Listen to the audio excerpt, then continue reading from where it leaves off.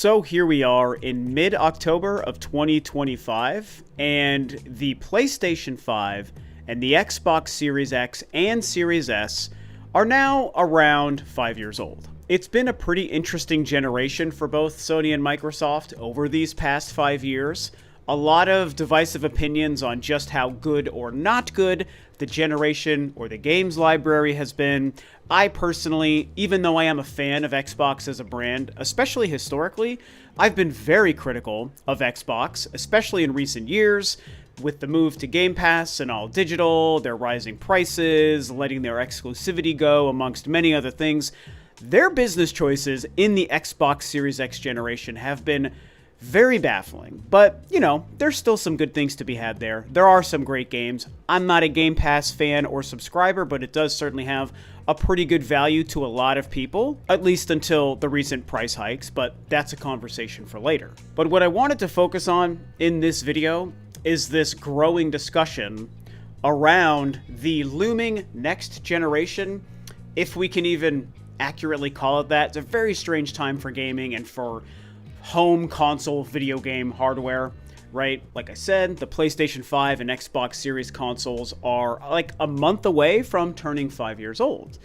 And at 5 years, especially historically, looking back at prior generations, a lot of us start to look at what's happening with the current hardware on the market, or the 5-year-old hardware you might be discussing at any one time, and saying, is it time to start expecting the next generation? And so, is it now time to start expecting a PlayStation 6 or the long-discussed successor to the Xbox Series consoles? Now, obviously, Nintendo and the Switch fit into this in a very, very different, unique manner, and so I'll probably find a way to talk about what's happening with Nintendo and the recently released Switch 2 a little bit later.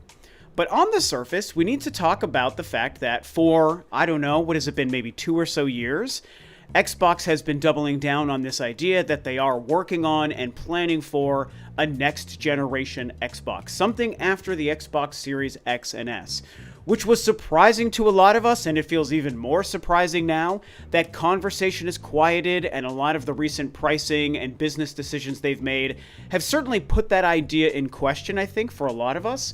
But as of right now, at least as far as I personally know, the last time anyone at Xbox, Phil Spencer, Sarah Bond, whoever, has talked about it, the word from them was, we're making another console, it's going to be the most powerful, incredible, amazing thing you've ever seen. The Xbox brand as a home hardware device will continue. That's the last word we've heard officially. So, for the sake of this conversation, we'll continue to go as if Xbox is planning another follow-up to the Series consoles. And then, in recent weeks, to my personal surprise, there has been a conversation, and people who claim to be in the know and apparently have a track record about this stuff, claiming that they understand that Sony is already working on a PlayStation 6. They might be manufacturing it in the next year or two and also releasing it sometime in the next year or two, which is interesting, and it does certainly line up with the normal cadence and life cycle of a console generation, including Sony's own console generations. But because this current 5-year scope that we're within, I think a lot of us have questions on if it's really time for either of these companies to start thinking about a next generation.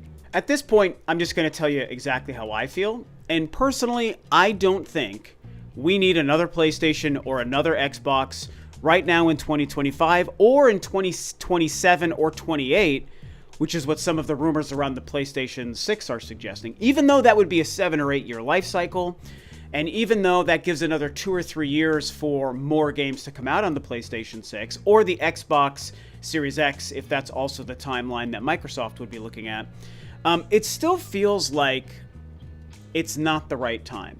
And I feel like the life cycle of a console generation here in the mid-2020s, things are a little bit different than they've been in years past. In many ways, I think it's less good. If you know me, you know I'm an extremely nostalgic guy. I'm also very old. I turned 45 a few months ago. So I've experienced every relevant console generation going back to the Atari 2600, which is what I grew up playing on before the NES released when I was like 3 or 4 years old. And so I don't think that console generations and the cadence of big game releases, first party or third party, Well, the first party conversation gets really messy when you look at anyone but Nintendo. I don't think that we need to be considering, even in the next 2 or 3 years, another generation, because even though I love my PlayStation 5 and I do like the Xbox Series X, even though I don't have a lot of games to play on it right now, I feel like this generation hasn't really established itself with its own identity and its own fully scoped library that feels like we need to move on to a new console with a new library. And I also feel like these consoles provide more than enough power and capabilities to continue making great, amazing, beautiful games for another, 5 years. This idea definitely touches on a point I've been trying to drive home over the course of mostly this past year. It really picked up for me to the point where I wanted to discuss it on the channel here. When the PlayStation 5 Pro was announced, that was this year, right? Or was that last year? Actually, I can't even remember what the hell the damn PlayStation 5 Pro came out. I feel like it was 2025, right? Anyway, whenever the hell the PlayStation 5 Pro... I don't have a PlayStation 5 Pro, I just have a PS5. And at this point, I've been doing YouTube so long and I'm so busy with, my work and regular life outside of this that I can't keep dates straight anymore. But anyway, whenever the PS5 Pro was announced, I was super unhappy. I didn't like it based on the pricing. I didn't like it based on what it actually is and represents. And so I went on a whole tirade. You can find that video. I have a whole 25-minute video where I'm talking about it. And I did discuss Sony, Microsoft, and Nintendo in that video, but I focused very much on the PS5 Pro because that was the big announcement. And the heart of that discussion, in my opinions, is that the PS5 Pro represents a sort of scam in the sense that it represents a lot of these companies and console manufacturers, not all of them, but a lot of them, trying to convince you that what's on the market now isn't sustainable, that it isn't good enough or capable enough to deliver to you or to me or to us the kind of games we want to see and play and the kind of graphics we want to see and play. Which, if you look at what's happening on the PlayStation 5 and the Series X, and PC is kind of its own little separate conversation. Even now the recently released Switch 2, I don't think there's anything that's showing us that the current hardware on the market, the Switch 2, or especially the base PS5 and the Xbox Series X, there's nothing showing us that those consoles can't make and release and produce great games with great graphics and huge stories and huge worlds and multiplayer, single-player adventure, whatever it is you want. We are not hindered. I can't imagine. I don't make video games, man. I'm not that smart, so I'm not going to talk about it like I actually know how to make a video game. But when I see and play the games being made, which I play on all of my 3 platforms, I don't think we see any evidence that developers are struggling to make amazing games.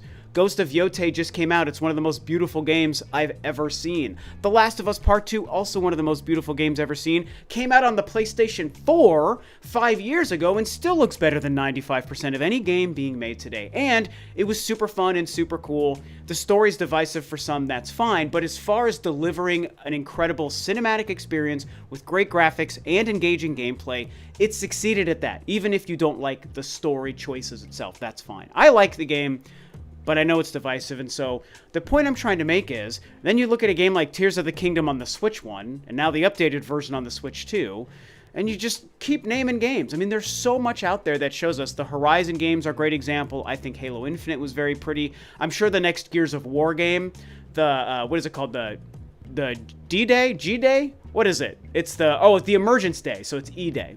The new Gears of War E-Day game, when we see that, which is going to be running on the Series X, and for all we know, also the PlayStation 5, that game is probably going to be the most beautiful Microsoft Xbox Gears of War game we've ever seen. And it's not going to need the next Xbox that they've promised us they're making to do it. And so again, this all feeds into that conversation I had, and the idea that I want to double down on in this, that we've not tapped the potential of these consoles. Now, there is a problem in the industry with companies and the industry itself, in my opinion, overdeveloping. This is my own made-up term. I've coined this for myself and my channel. Feel free to use it amongst your friends. I think that there are a lot of games and developers that are overdeveloping games for the consoles available. We don't need a PS5 Pro, but Sony wanted you to believe that you do, because so many games right now are being overdeveloped for the PlayStation 5 or Series X so that they release broken, they release incomplete, they release requiring several patches on day one and in the following weeks, and then they need new DLC content and updates. Cyberpunk, a game that I ultimately love, is a great example of this as well. And Grand Theft Auto 6, a lot of us believe, will probably be the same when that game finally releases. These games, they're being overdeveloped. If you can't get it to run at the proper frame rate, have the right graphics, release on day one without the need for a ton of patches and fixes, and then released extra content down the road, then you have developed a game visually, conceptually, the size of the game, beyond the capabilities of the consoles on the market now, and you're telling us the game is of poor quality and has a broken frame rate or whatever the case may be because the hardware is limited. No. You have developed beyond that so you can try to convince people they need either a PlayStation 5 Pro or, in 2 or 3 years, a PlayStation 6 and a new Xbox Series Z, whatever they're going to call it. To me, that's how I qualify a lot of what's happening here as a scam. And it feeds into this conversation about why I don't think we need the next generation now, because A, these games are still beautiful and amazing. The good and complete games, like Ghost of Yotei or whatever else you want to name, they're coming out and they're incredible. They don't need a PS5 Pro. They don't need a PS6. They don't need another Xbox. They're great. So we have not still tapped the potential of the current consoles, and I think the industry needs to start developing appropriately and optimizing for the hardware on the market way before we start talking about the development of games having outgrown the current hardware, because I'm sorry, I just do not believe that that is true. So again, I referenced Nintendo earlier and the fact that they just released the Switch 2 earlier this year, a couple months ago. We all know I'm a Nintendo channel, so of course if you follow me, you've only been hearing me talk about that all year. And it's exciting, and look, I love the Switch 2. I've talked about it ever since it came out, and I've been playing it ever since. My favorite game series in the world is about to have its next big entry on December 4th of this year. It's going to be the best game ever created since Metroid Prime 1 in 2002. And so, that aside, Nintendo's operating on this kind of sort of like an off-cadence rhythm to their hardware releases. The Wii U into Switch generation really kind of changed up what Nintendo was doing, and I think it's worked to their favor. Because whereas Sony and Microsoft still feel tied at the hip in terms of when they release their hardware seems to have to release at the same time in the same month, maybe within the same week. Nintendo is now splitting their console generations by a few years. And, the Switch released in the middle of the PS4 and Xbox One life cycle, and now the Switch 2 is released in the middle of the PS5 and Series X life cycle. And so that gives them a leg up in a way, and it also gives them a few years to have dedicated to just them as the sole new generation hardware on the market at the time. Now, of course, the Switch 2 isn't capable of what the PS5 and Xbox Series X are, and so that's a power conversation to have when we look at what Nintendo's doing. But aside from that, it's still pretty close to what those consoles can do. And I think that games like Street Fighter and Cyberpunk and, we're going to get Elden Ring and stuff soon, whatever else they continue to do, is going to show that they can still get the job done for the most part and be pretty close to what those consoles are offering. I think the first time Call of Duty comes to the Switch 2, which I don't think will be this year, maybe next year, that's going to be a huge litmus test for the Switch 2 when relating it to those consoles, but either way, I digress. It's just worth noting that Nintendo, while they are direct competition, their hardware releases are happening at a very different pace than Sony and Microsoft. There's also the price conversation, and when we talk about new hardware coming out in the next 2 to 3 years from Sony and or Microsoft, Microsoft just started selling their goddamn Xboxes for $800-something. The PS5 Pro is like $750 or whatever, and everything has been going up recently. And we know that there's a lot of reasons why. It's probably just weird business internal decisions from Sony and Microsoft and Nintendo. They've risen some of their prices too. As well as, yes, the tariffs and talking United States only, tariffs and other economical conditions. People want to try to dismiss that stuff sometimes. And look, all of it I think is true. Tariff-related, worldwide economics, internal business decisions, the growing prices of components. It's just across the board. And that's a problem. Because as many people have pointed out in recent months in regards to video game hardware prices, like, yeah, in previous generations, things only went down in price over time. This is the first time ever where things have been going up in price. The Switch 1 went up in price. Nintendo and Microsoft accessories have gone up in price, and Sony and Xbox hardware has also gone up in price several times even. And now Microsoft also just rose the damn price of Game Pass, which has everyone losing their mind. So everything's getting more expensive, which is backwards from how it's supposed to be, but it is what it is. So when we take that truth, whatever reasons you believe are making prices go up, set that aside. Prices just are going up.